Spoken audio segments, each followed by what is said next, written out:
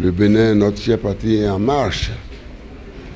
Vous savez, j'ai l'habitude de dire que la meilleure manière de contrer les impairs, excusez-moi le terme, de la mondialisation, c'est d'engager cette réforme structurelle, c'est-à-dire la décentralisation, qui nous renvoie véritablement au développement à la base. Et l'homme, en tant que tel, est capable de beaucoup de choses. Créer les conditions pour lui permettre de prendre en main son destin. Qu'il soit associé aux prises de décision. Je crois que toutes les démocraties les plus avancées sont passées par là et continuent. En France, il a fallu attendre 1981 pour que le président Mitterrand puisse faire accélérer le processus de décentralisation en France, dans son pays. Je voudrais remercier mes chers aînés, le président Kérékou, le président Soglo, qui ont lancé l'idée. Nous sommes venus avec notre arrivée, que nous sommes passés à l'opérationnalisation, c'est-à-dire transférer les missions et transférer les ressources. Naturellement, nous sommes un pays pauvre, où il n'y a que des priorités, tout est prioritaire. Ça veut dire quoi? Chacun doit pouvoir faire un effort en matière de gouvernance, la qualité de la gouvernance, pour que les ressources à leur disposition mises par la République soient mieux gérées. Vous voyez aujourd'hui dans quelles conditions nous sommes. Je parle en tant que président de la République. La campagne est terminée. Mais ce que nous devons faire maintenant, je vous rappelle les principes. C'est les principes. Et je voudrais vous rassurer. Et je le dis en tant que premier responsable, pour le moment, en tout cas, en ce moment de la République, il nous faut encore des réformes d'accompagnement. Sinon, nous allons faire du surplace. Nous allons faire du surplace. Vous comprenez bien, mes chers compatriotes, pour moi, eh bien, c'est vrai, il est difficile de parler de la Constitution. J'ai juré ne pas en parler. Mais malheureusement, permettez-moi, ou je ferai que je vous rappelle que en 1981, dans les amendements qui ont été introduits dans la Constitution de la République française, figure la libre administration des collectivités locales. La libre administration, c'est-à-dire, une fois que l'équipe est en place, eh bien, elle est libre de faire ses choix, lesquels doivent répondre parfaitement à ses administrés. C'est fondamental. Ceci nous manque aujourd'hui. Qu'est-ce que nous y mettons? Ça nous manque aujourd'hui. Ceci est fondamental. Ce que nous avons pu faire, il faut le reconnaître. Quelques essais de déconcentration qui sont venus, qui tentent de renforcer la décentralisation. La déconcentration doit accompagner la décentralisation. Et sans la décentralisation, nous ne pouvons jamais répondre au défi de la mondialisation. Parce que la mondialisation, eh bien, est un vent qui foudroie. Et qui foudroie, et ceux qui s'en ressentent, c'est les plus pauvres, comme nos pays. Vous comprenez bien. Donc une fois que nous avons cela, que nous continuons d'accompagner ce phénomène, ce processus de décentralisation par la déconcentration, ceci est très important. Et naturellement, l'élément fondamental qui manque aussi à ce jour, à l'heure du bilan, en tout cas à ce jour, où nous sommes le peuple béninois, que je respecte avec beaucoup de considération.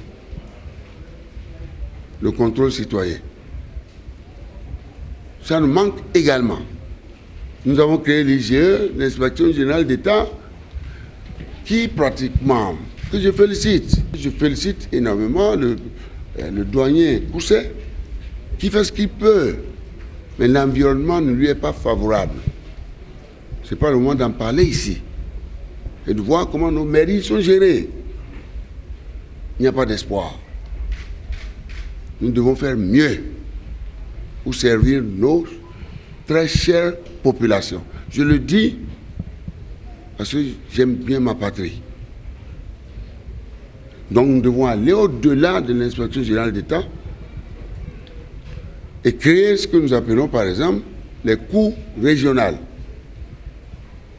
dignes de ce nom, qui soient capables de rendre transparentes toutes les opérations, les décisions, la vision, les programmes, les réformes, les projets initiés par l'équipe de la décentralisation.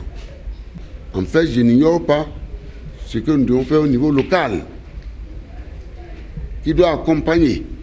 Cela va de pair. Mais moi, l'espoir est permis, nous allons y arriver.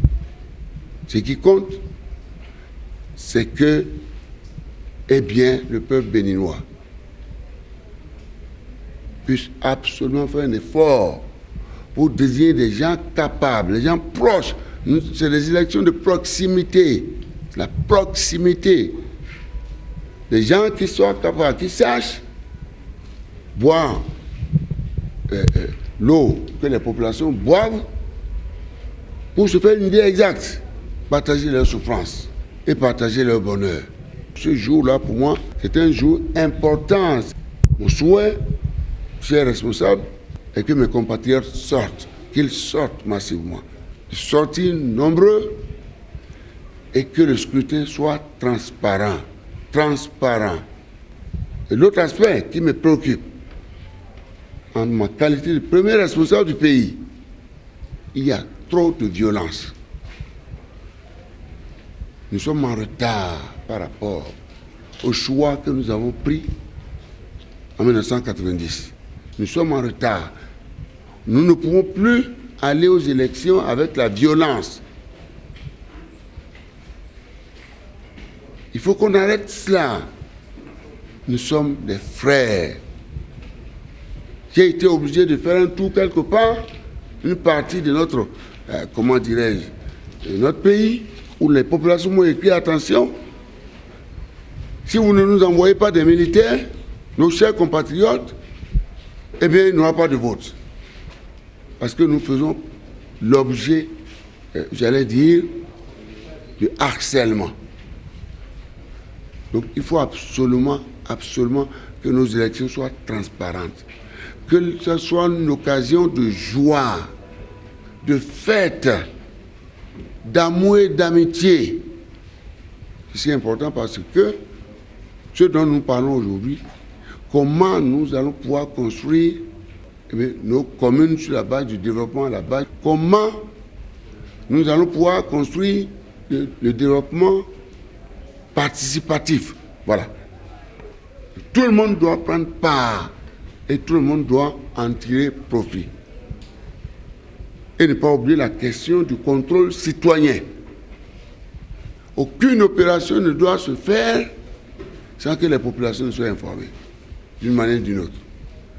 Donc ceci, l'obligation de transparence, de résultats et la reddition des comptes. Mes chers compatriotes, je ne peux qu'exprimer au nom de la République vraiment toute ma gratitude, vous qui vous investissez. Sous la pluie, vous êtes là. Je remercie la Sénat qui continue de travailler. Et tous les acteurs extérieurs, les collaborateurs extérieurs appelés à renforcer le processus de ce vote. Je crois qu'avec ces élections, eh bien, notre démocratie est en marche.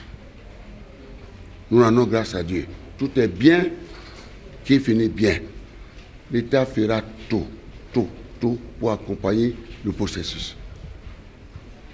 Et notre démocratie sera rehaussée. Et notre cher pays rehaussé dans le monde entier. On sait qu'il y a un petit pays qui, sur la base de moyens limités, s'efforce de partager les valeurs du monde libre. Encore une fois, beaucoup de courage à mes chers compatriotes, beaucoup de courage à vous, ne lâchez pas, et faites tout pour que le scrutin soit transparent. J'ai lu sur les bandes passantes, personne ne doit pas entrer dans le bureau, dans l'isoloir, avec les... J'ai lu ça. Ce matin, on me dit quelque part que les bulletins, vous mettez... Il y a un seul cachet. Un seul cachet, lorsqu'on cache, ça tombe sur un autre nom. En tout cas, une autre formation politique. Je vous supplie que chacun fasse correctement son travail. La seule manière de créer les conditions de paix dans notre pays. Sans la paix, on n'ira jamais à la prospérité que nous appelons de tous nos voeux. Et Dieu, grand roi, bénira toujours notre chère patrie commune.